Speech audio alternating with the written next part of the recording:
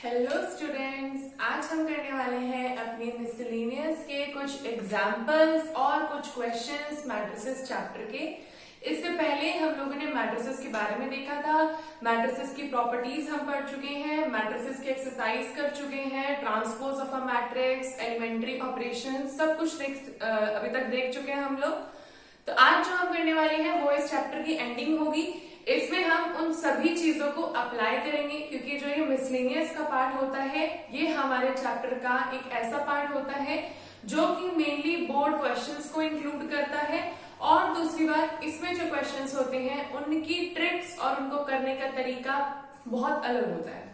ठीक है, तो उसी में से क्वेश्चन एक एग्जाम्पल का क्वेश्चन है जो कि ये है, आपको दिख जाएगा अपनी बुक में, एनसीईआरटी की बुक में। क्या बोल रहा है question? If A equal to this, एक आपको मैट्रिक्स दी है cos theta sin theta minus sin theta cos theta.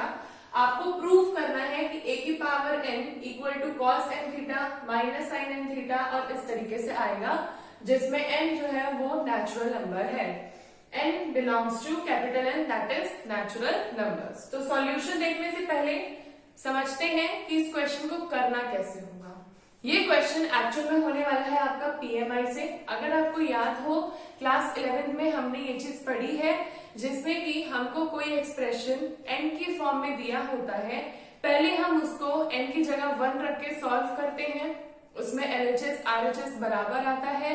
फिर हम n की जगह k रख के मानते हैं कि ये सॉल्यूशन ट्रू है, और n की जगह k+1 रख के उसको प्रूव करते हैं। पीएमआई के मेथड को हम किसी भी टाइप के क्वेश्चन में लगा सकते हैं, तो अभी हम उसका यूज मैट्रिसेस में करेंगे। देखते हैं कैसे करना है। सबसे पहले हमने a लिख दिया जो हमको क्वेश्चन में गिवन था।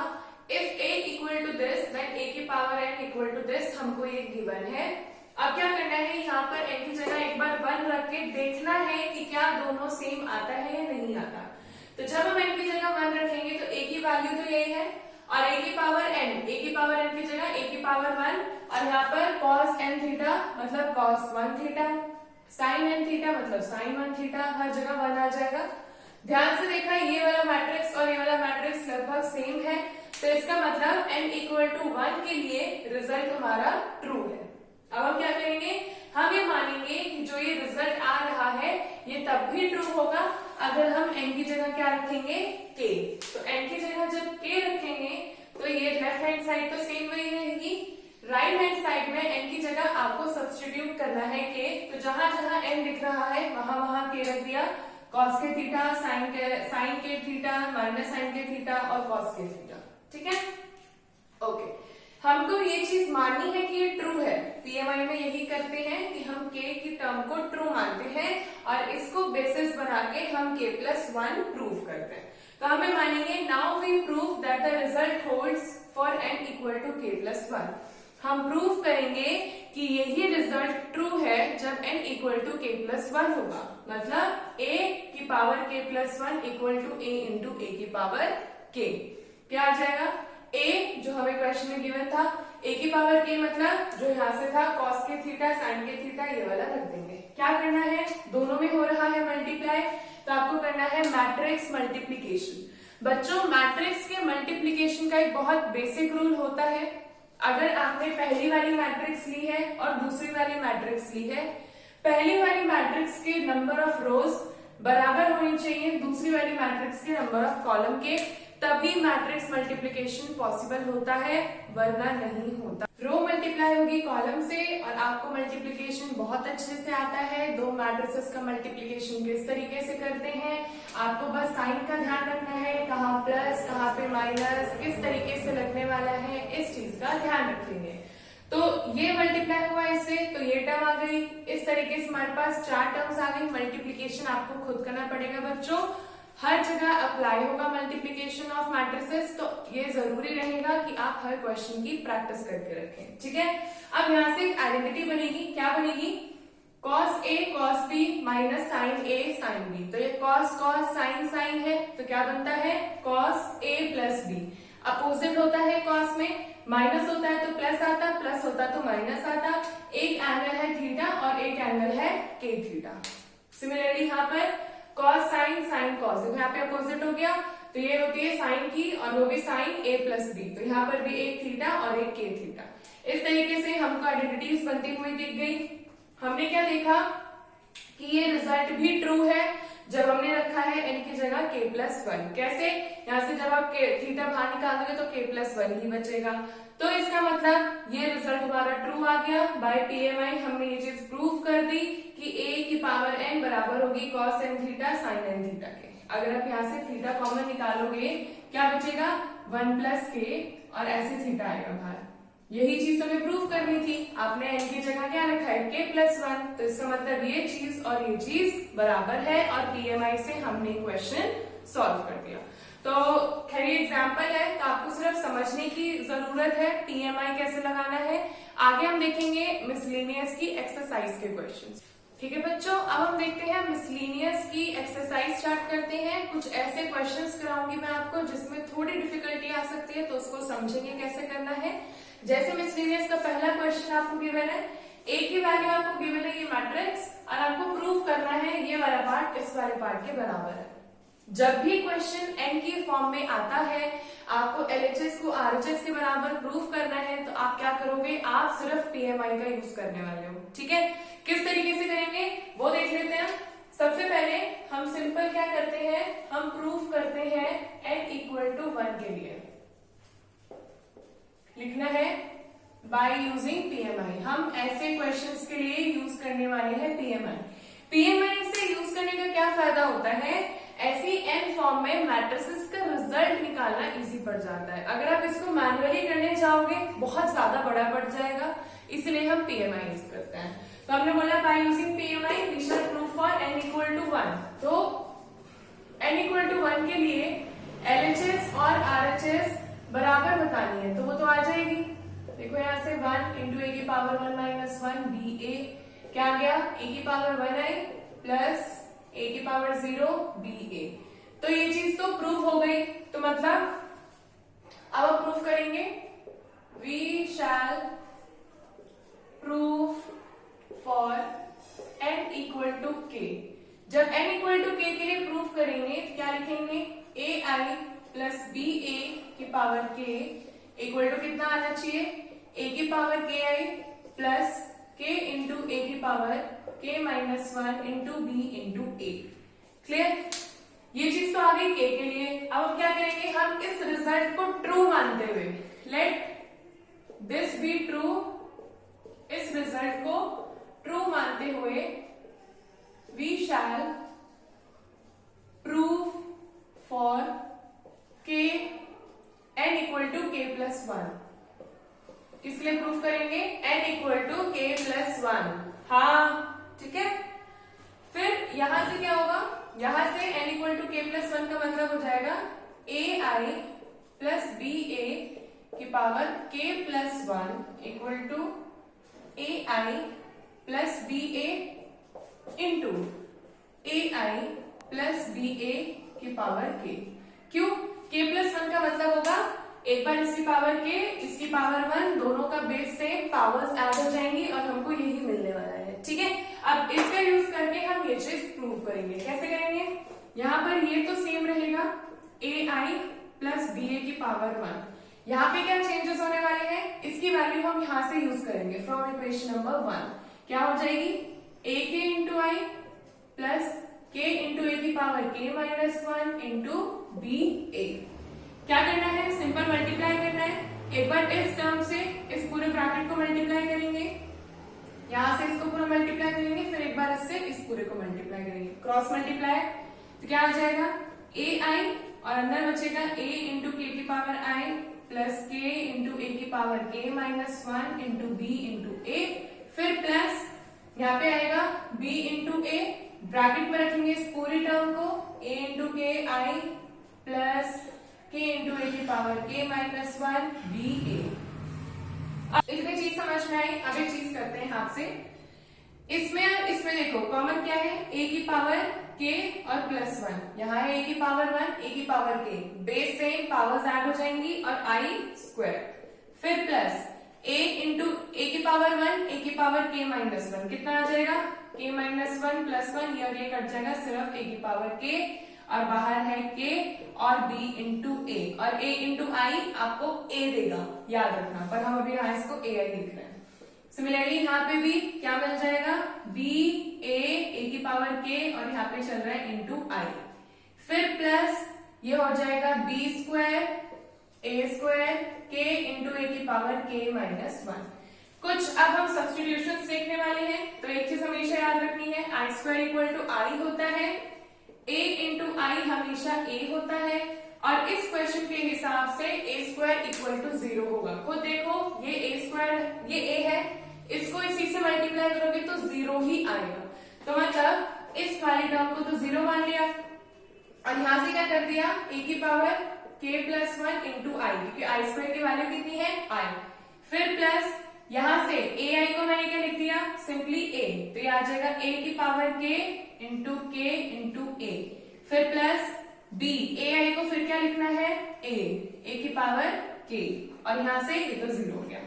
इन दोनों में कॉमन क्या दिख रहा है वो चीज हम लिखेंगे, जो भी कॉमन दिख रहा है हम वो लिखेंगे, तो यहाँ पर कॉमन दिख रहा है a और a की पावर k, और हमारे पास बच जाएगा k प्लस 1 इंटू b। अब ध्यान से देखो हमको यही प्रूफ करना था, प्रूफ क्या करना था, a की पावर k प्लस 1, अगर हम n की जगह k प्लस 1 रख रहे हैं, फिर सब कुछ सेम n की जगह क्या रखा है हमने k प्लस 1, a की पावर n माइनस 1, अगर मैं n की जगह रख रही हूँ k प्लस 1 माइनस 1, तो मतलब a की पावर कितनी आनी चाहिए k और b इंटू a, मतलब हमने इस रिजल्ट को प्रूफ कर दिया for n equal to k plus 1। तो यहां से हमारा क्वेश्चन खत्म हो गया, 10 बाय PMI a की पावर a प्लस आई की पावर b a, ये पूरा रिजल्ट हमारा ट्रू है। क्वेश्चन कैसे किया, सिर्फ PMI लगाया है और कुछ नहीं लगाया है। PMI में एक बार n इक्वल टू 1 रख के, एक बार n इक्वल टू k रख के, और एक बार n equal to k plus 1 रख के बस सॉल्व करना है, और ये जो कुछ यहाँ पे सब्स्टिट्यूशन किए हैं ये इस क्वेश्चन से ही किए हैं, कहीं बाहर से नहीं किए हैं, ठीक है। तो इस चीज को अप्लाई करते हुए ये क्वेश्चन आसानी से हो जाए। आओ बच्चों अब हम देखते हैं मिसलेनियस का क्वेश्चन नंबर 2। क्वेश्चन नंबर 2 भी PMI से ही होना है, अभी तक जितने क्वेश्चंस आ रहे हैं ये सारे PMI से हो रहे हैं, तो मतलब आप समझो कि PMI का जो ये छोटा सा टॉपिक था क्लास 11th में, ये क्लास 12th में थोड़ा इंपॉर्टेंट बन चुका है, और मैट्रिसेस में बहुत ज्यादा अप्लाई भी हो रहा है। जितना ये अभी आ रहा है आप हायर क्लासेस में भी इसको उतना ही देखोगे, ठीक है। तो अप्लाई करने का तरीका बहुत सिंपल है, एक बार n इक्वल टू 1 के लिए प्रूव करना है, n इक्वल टू k के लिए ट्रू मानना है, और n equal to k plus 1 के लिए उससे रिजल्ट निकालना है। तो क्वेश्चन क्या है, अगर a की वैल्यू ये है तो आपको प्रूव करना है a की पावर n इसके बराबर होगी। तो सबसे पहली बात हम क्या लिखते हैं, simple, let us prove for, किसके लिए प्रूव करते हैं, n इक्वल टू 1 के लिए। तो जब n इक्वल टू 1 के लिए करेंगे मतलब a की power 1 equal to 3 1 minus 1 3 1 minus 1 3 1 minus 1, और इस तरीके से हर जगह 3 1 माइनस 1 बन जाएगा। तो यहां से क्या होगा, 1 माइनस 1 0, और किसी भी नंबर की पावर 0 मतलब आंसर क्या आता है 1। तो एक तरीके से आपको मैट्रिक्स कुछ इस तरीके की दिखेगी जो कि बराबर आ गई a के, मतलब कि हमने देख लिया इट इज ट्रू फॉर, ये जो रिजल्ट है ये ट्रू है जब भी n की वैल्यू 1 होती है। लेट दिस बी ट्रू, अब हम ये मान लेते हैं कि जब ये n इक्वल टू 1 के लिए ट्रू है तो हम ये मान लेते हैं कि ये n इक्वल टू k के लिए भी ट्रू होगा। कैसे होगा ट्रू, a की power k equal to 3k minus 1 3k minus 1 3k minus 1, इस तरीके से ये इसके लिए भी हमने ट्रू मान लिया। 3k minus 1 3k minus 1 and 3k minus 1 हमने मान लिया था कि ट्रू है, तो let this result is also true for n equal to k plus 1। अब हम ये मान लेते हैं कि n equal to k plus 1 के लिए भी ये रिजल्ट ट्रू होगा, तो मतलब a की power k plus 1 equal to a की पावर k a की पावर 1 इंटू a की पावर k। इसी तरीके से प्रूव करेंगे।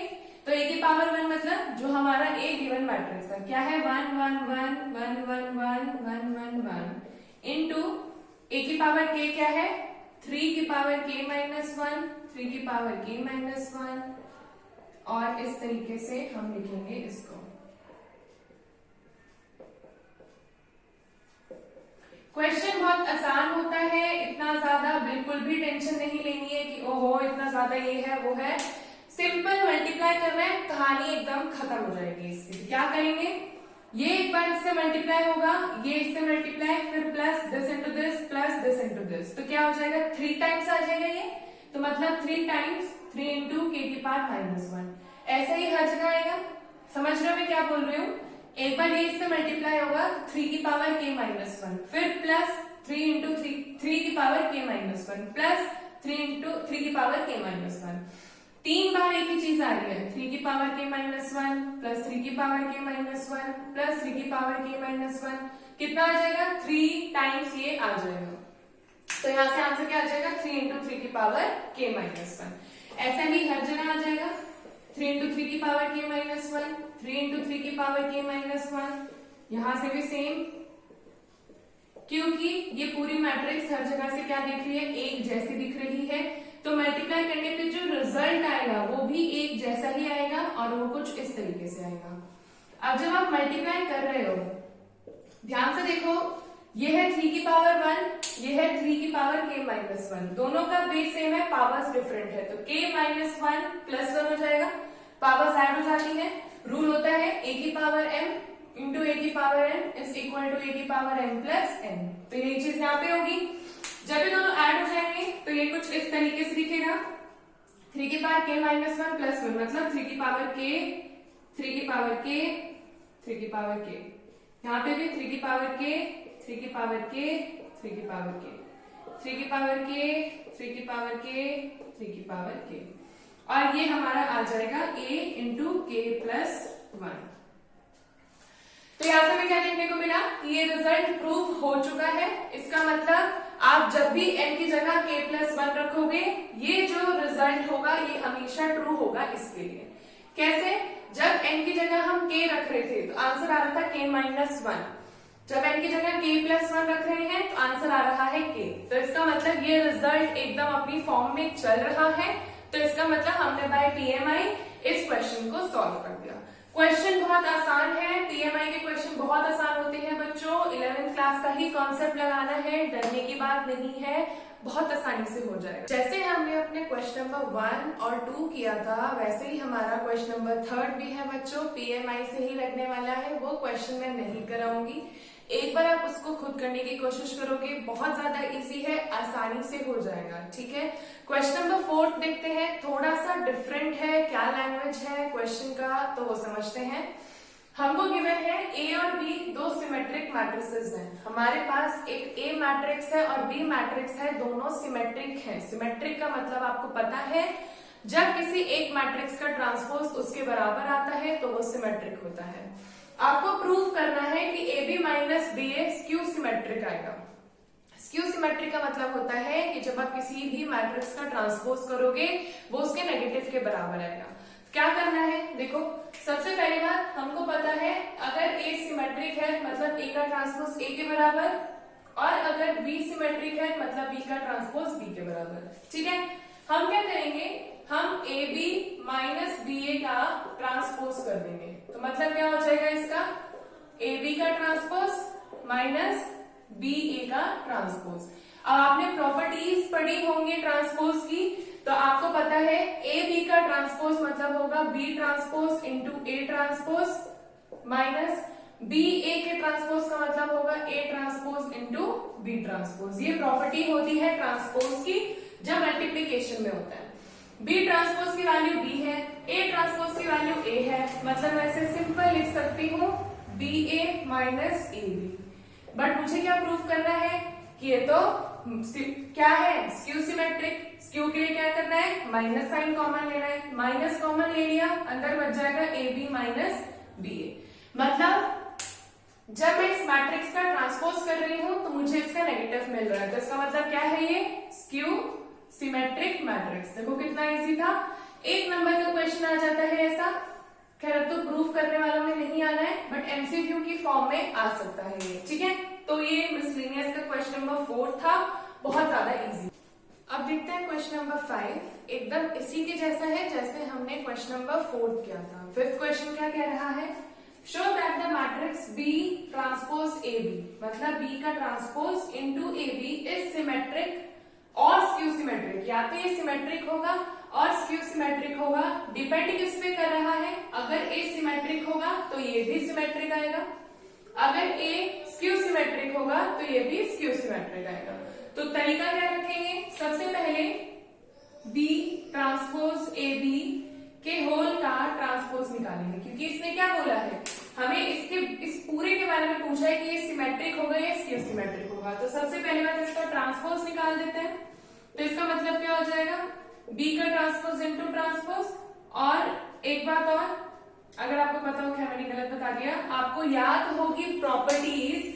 तो जब दो नंबर्स मल्टीप्लाई में होते हैं और उनका ट्रांसपोज निकलता है तो पीछे वाले का ट्रांसपोज पहले लिखा जाता है और आगे वाले का ट्रांसपोज बाद में लिखा जाता है। अब यही चीज इसमें भी होगी, ए बी, ए आगे वाला है, बी पीछे वाला है, या ए को मान लो 1, बी को मान लो 2। तो पहले बी का ट्रांसपोज लिखेंगे, फिर ए का ट्रांसपोज लिखेंगे, और इसका ट्रांसपोज का ट्रांसपोज क्या बच जाएगा, बी, ठीक है। तो ये आ गया B transpose A transpose into B.